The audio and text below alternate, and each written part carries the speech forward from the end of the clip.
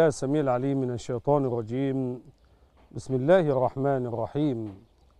ربنا لا تزغ قلوبنا بعد إذ هديتنا وهب لنا من لدنك رحمة إنك أنت الوهاب.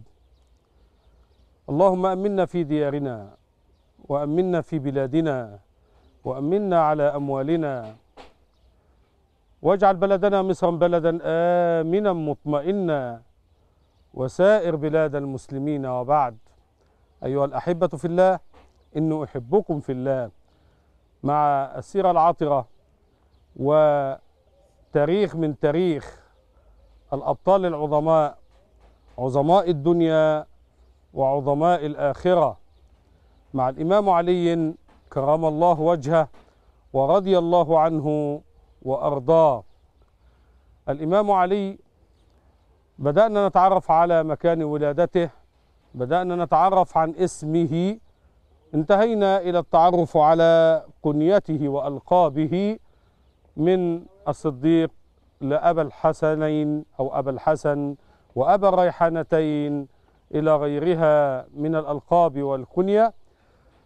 واليوم نلتقي مع أسرة الإمام علي كرم الله وجهه، أباه وجده وإخوته وأخواته، في هذا اللقاء المبارك لنرى الأسرة التي أخرجت هذا البطل وهذا القائد العظيم وهذا الخليفة الرابع من الخلفاء الراشدين، الإمام علي كرم الله وجهه.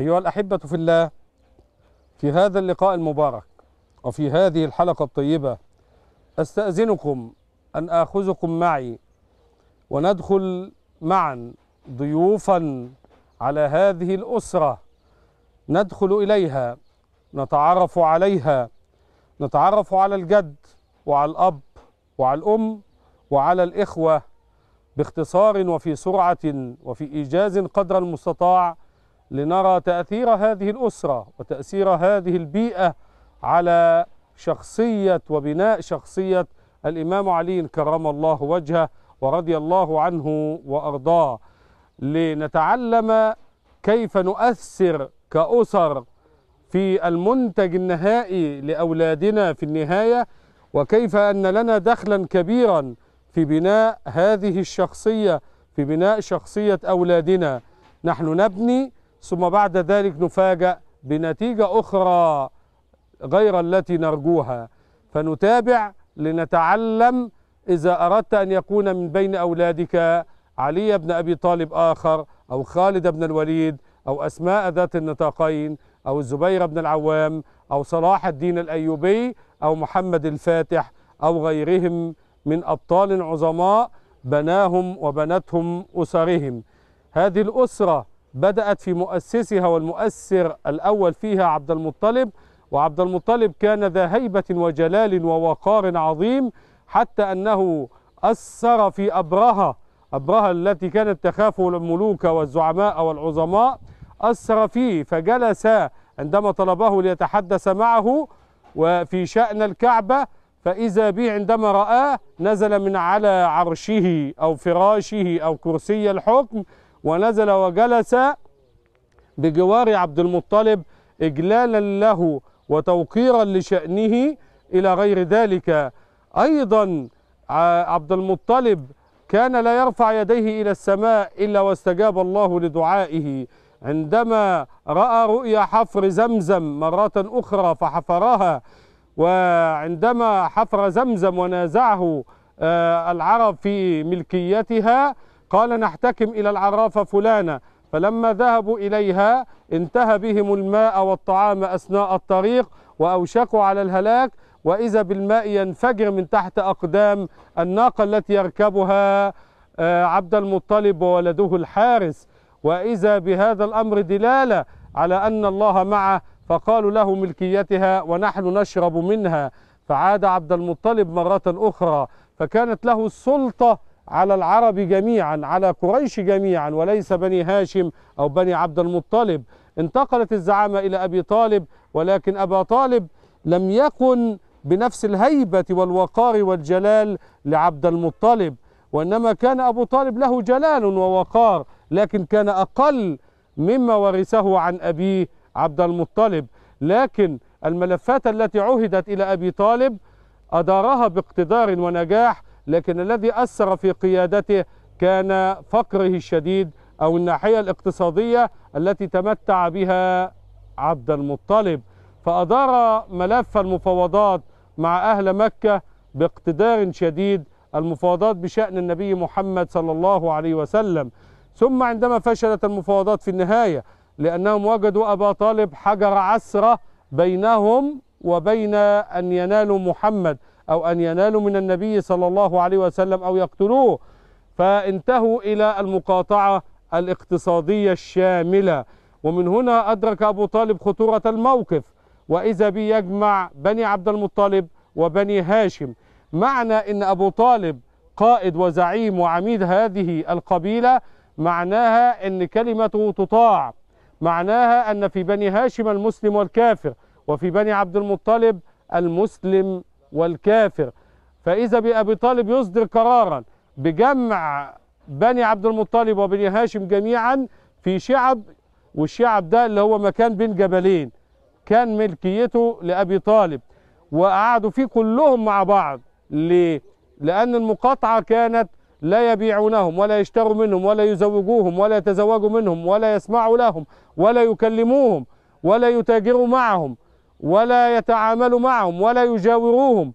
إذن هذه المقاطعة مقاطعة شديدة لا تقع فقط على المسلمين الأثر السلبي، بل أراد أبو طالب أن يتضامن الجميع، أن يتكافل الجميع، اللي معاه مية يدي اللي ما معهوش، اللي معاه أكل يدي اللي معهوش، سواء مسلم أو كافر، فالكل تضامن بفضل أبي طالب في شعب أبو طالب في هذه الأزمة الاقتصادية والمقاطعة التي استمرت أكثر من 3 سنوات. وانتهت المقاطعة بموضوع الأردة التي أكلت ما في الصحيفة من جور وظلم، ثم مات بعدها أبو طالب. كل هذا مر به علي بن أبي طالب وهو يرى هذه الأمور كلها، وقد انتقل إلى بيت النبي صلى الله عليه وسلم ولديه من العمر 5 سنوات. إذن علي نشأ في بيت النبي وهو طفل لديه من العمر 5 سنين، بعد أن قضى هذا ال5 سنوات الأولى في بيت أبيه.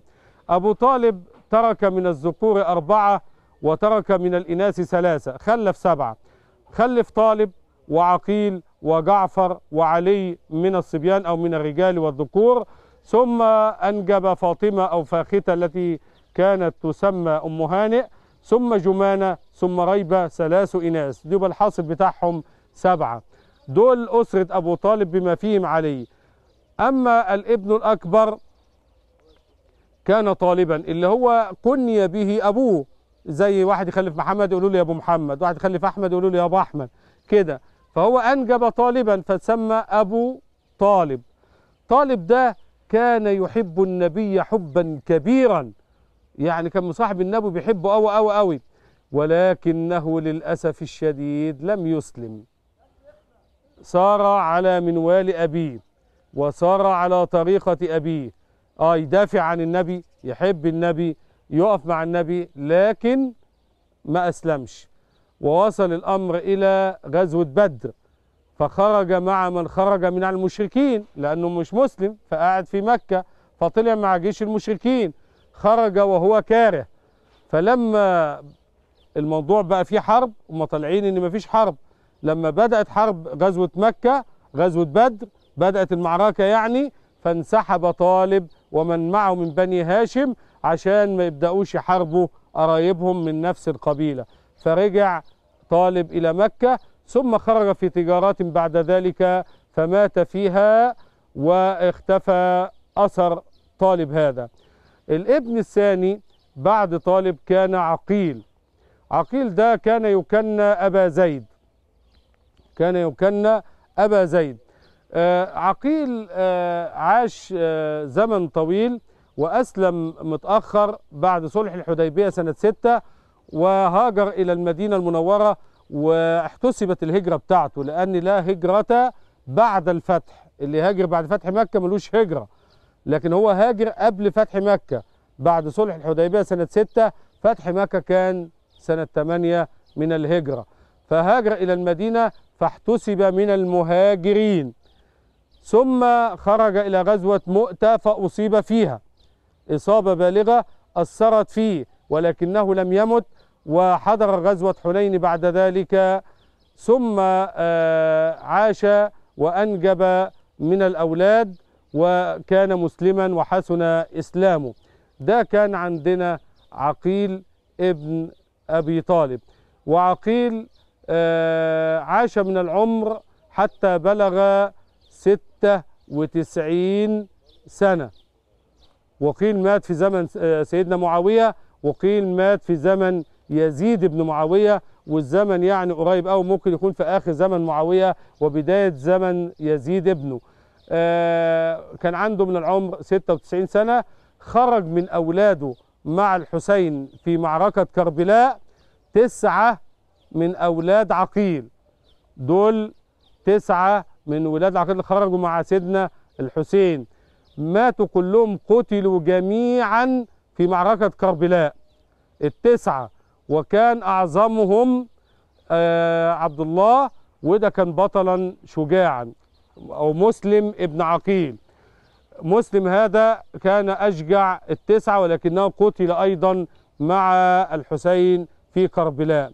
ثم جعفر ابن أبي طالب. وجعفر قال فيه النبي صلى الله عليه وسلم: أنت تشبهني يا جعفر خلقا وخلقا. تخيل النبي بيقول لواحد: أنت شبهي في الخلق والخلق. وجعفر هاجر إلى الحبشة، وولد له ابنه عبد الله بن جعفر، وده كان أول مولود يولد في الحبشة، وأسلم على يديه النجاشي. وبعد في سنة 7 من الهجرة وصل إلى المدينة المنورة، فوجد النبي ذهب إلى خيبر، فلما ذهب وراء النبي ليحضر غزوة خيبر وجد خيبر قد فتحت وانتهت المعركة، فحزن، لكن النبي ضرب له بسهم من أسهم المعركة كأنه حضر غزوة خيبر، وقال لجعفر: والله لا أدري بأيهما أصر، بقدوم جعفر أم بفتح خيبر. فكان قدوم جعفر يساوي فتح خيبر.